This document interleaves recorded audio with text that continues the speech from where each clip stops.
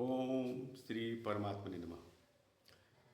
प्यारे मित्रों, सुधीजनों, मैं पंडित श्रवण कुमार सारस्वत। मेरा एक चैनल है, उसका नाम है सनातन संस्कृति एवं नीति ज्ञान। मित्रों, आज का मेरा टॉपिक है कि ईश्वर की प्राप्ति कैसे हो। इस विषय में मैं आपको कुछ आवश्यक जानकारी देना चाहूँगा। ईश्वर क्या है, ईश्वर कहाँ रहता है, ईश्वर को कैसे देखा जा सकता है, ईश्वर यदि अनुभूति का विषय है तो उसकी अनुभूति किस प्रकार की जा सकती है तथा ईश्वर को किस प्रकार प्राप्त किया जा सकता है। ये 4 बिंदु हैं आज जिस पर मैं आपको क्रम से बताना चाहूँगा। मित्रों, संसार, जगत, जीव और ईश्वर मानव जीवन के आज भी बहुत बड़े रहस्य बने हुए हैं। इनके विषय में चर्चा करने के पूर्व मैं आप लोगों को संक्षेप में बताना चाहूँगा कि आखिर ईश्वर की सृष्टि क्या है। इस विषय में हमारे वैदिक ग्रंथों में जो उल्लेख मिलता है उसके कुछ अंश मैं आपको बताना चाहूँगा संक्षेप में। हमारे वेद कहते हैं कि सद एव सौम्य मेक मग्र आसीत नान्यत किंचन विसत, कि सृष्टि के प्रारंभ में एकमात्र सत ही था, सत के अलावा नान्यत किंचन विसत कुछ भी नहीं था।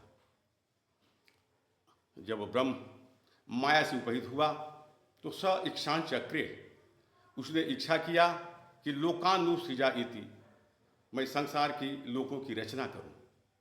स ईमान लोकान असृजत, तो उस सृष्टिकर्ता ने इस लोक की रचना की। और इस लोक की रचना में सबसे पहले पंचभूतों की रचना की।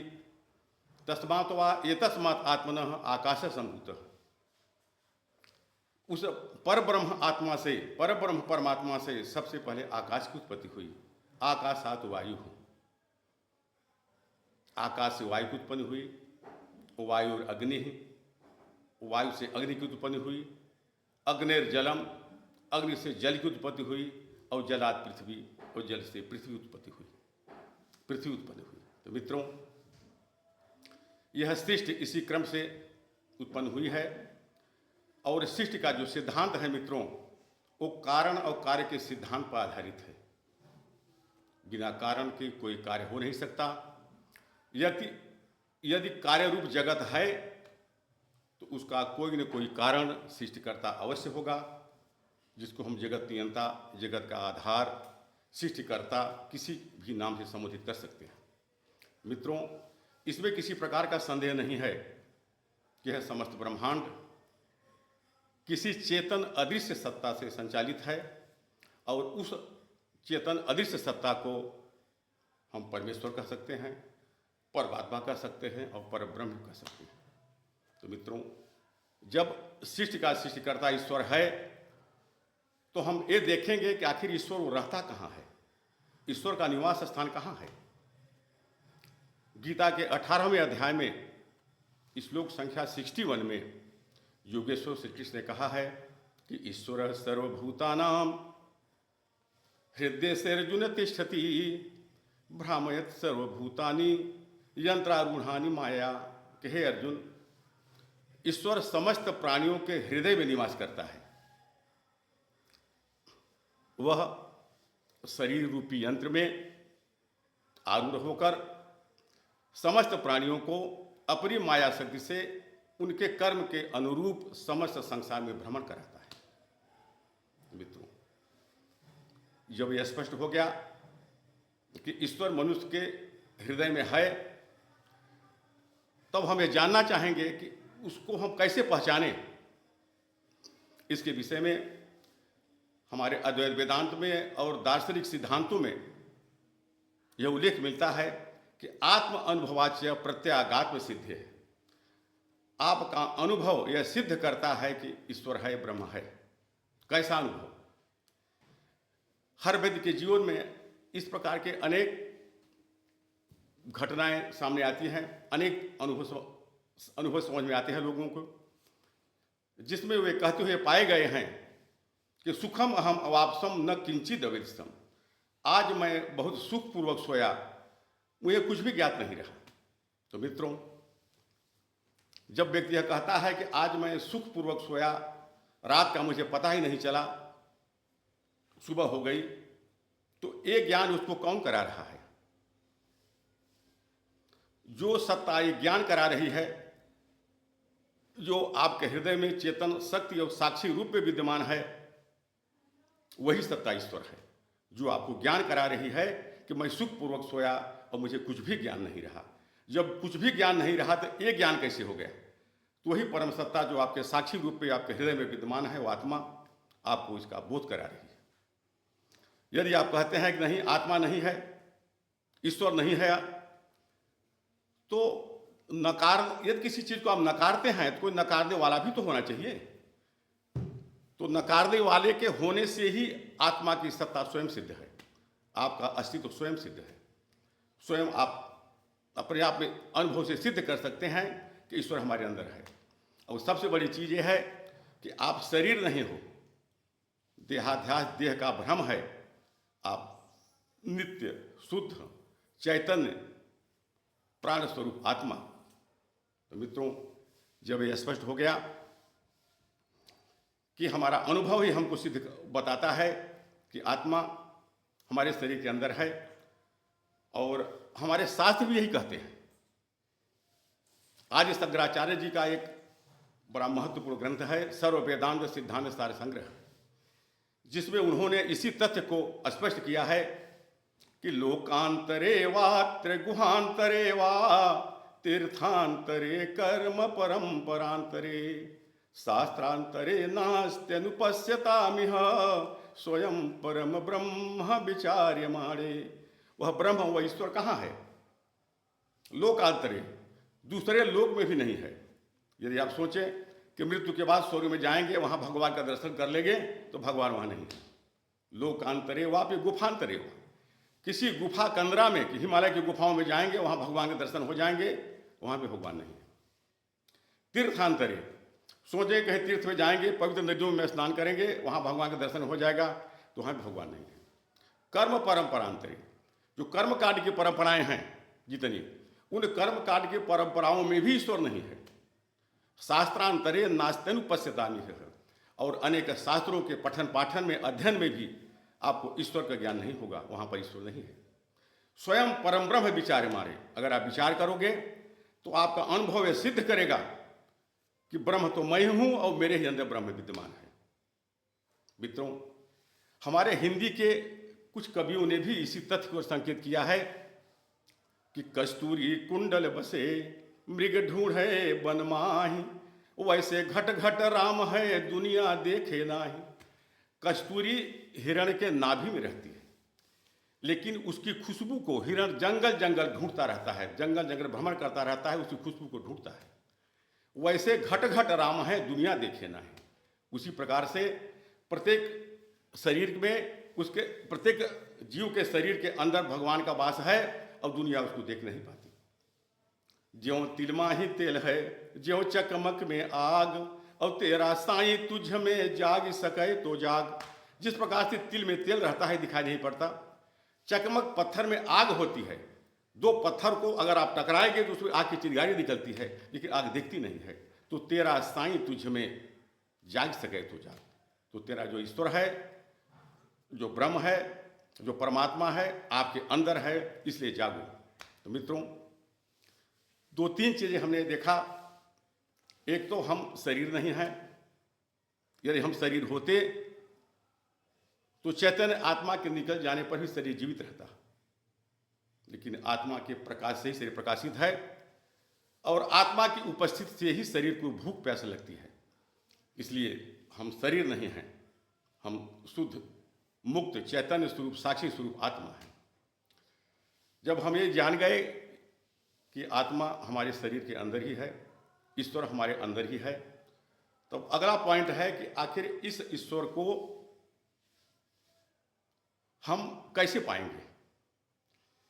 इस विषय में योगेश्वर कृष्ण ने गीता में कहा है कि आत्मा समस्त प्राणियों के हृदय में स्थित है, इसलिए हे अर्जुन तमेव शरणं गच्छ सर्वभावेन भारत, तत्प्रसादात् पराम शांति में स्थानम गच्छसि शाश्वतम। के हे अर्जुन, तुम उसे हृदय में स्थित परमात्मा के ही शरण में जाओ। और कैसे जाओ? सर्वभावेन, सभी प्रकार के भावों से, अनन्य श्रद्धा से, अनन्य भक्ति से। और तत्प्रसादात् पराम शांति, और उसकी कृपा से आपको परम शांति मिलेगी। और स्थानम प्राप्त से शाश्वतम, और शाश्वत अविनाशी परम पद को आप प्राप्त होगे। मित्रों, यहाँ सर्वभावेन अनन्य शब्द बड़ा महत्वपूर्ण है। अनन्य का अर्थ है न अन्य इति अनन्य। ईश्वर के अलावा आपके हृदय में अन्य कोई भाव नहीं होना चाहिए, तभी ईश्वर की प्राप्ति संभव है। मित्रों, हमारे सनातन धर्मशास्त्रों के और नीति ग्रंथों के कतिपय मर्मज्ञ विद्वानों ने कुछ उदाहरण प्रस्तुत किए हैं, जिसमें यह स्पष्ट किया गया है कि अनन्य श्रद्धा भक्ति से, अनन्य श्रद्धा भाव से ही ईश्वर को प्राप्त किया जा सकता है। इस विषय में श्रीमद् भागवत महापुराण का बड़ा प्रसिद्ध श्लोक है 10:2-32, स्कंध 10 के दूसरे अध्याय का 32वां श्लोक है। वो श्लोक है गर्भ स्तुति प्रसंग। भगवान श्री कृष्ण के प्राकट्य के पहले जब वो देवकी के गर्भ में आए तो समस्त देवता उनकी स्तुति करने के लिए कारागार में गए और उनकी स्तुति करने लगे। उन्हीं देवताओं की स्तुति का ही श्लोक है, जिसमें स्पष्ट किया गया है कि बगैर ईश्वर के चरणों में श्रद्धा भक्ति भाव से आप ईश्वर को प्राप्त नहीं कर सकते। इस श्लोक को देखें। एन्नेरबिन्दाक्ष विमुक्तमानिनः त्वय्यस्त भावाद विशेष बुद्धि, आरुह्य कृच्छेण परम पदम तत पतन्त्यधोन्यादृतयुष्मदंघ्रियः। के हे कमल नयन, विमुक्त मानिन है, जो लोग अपने को संसार से मुक्त मानते हैं,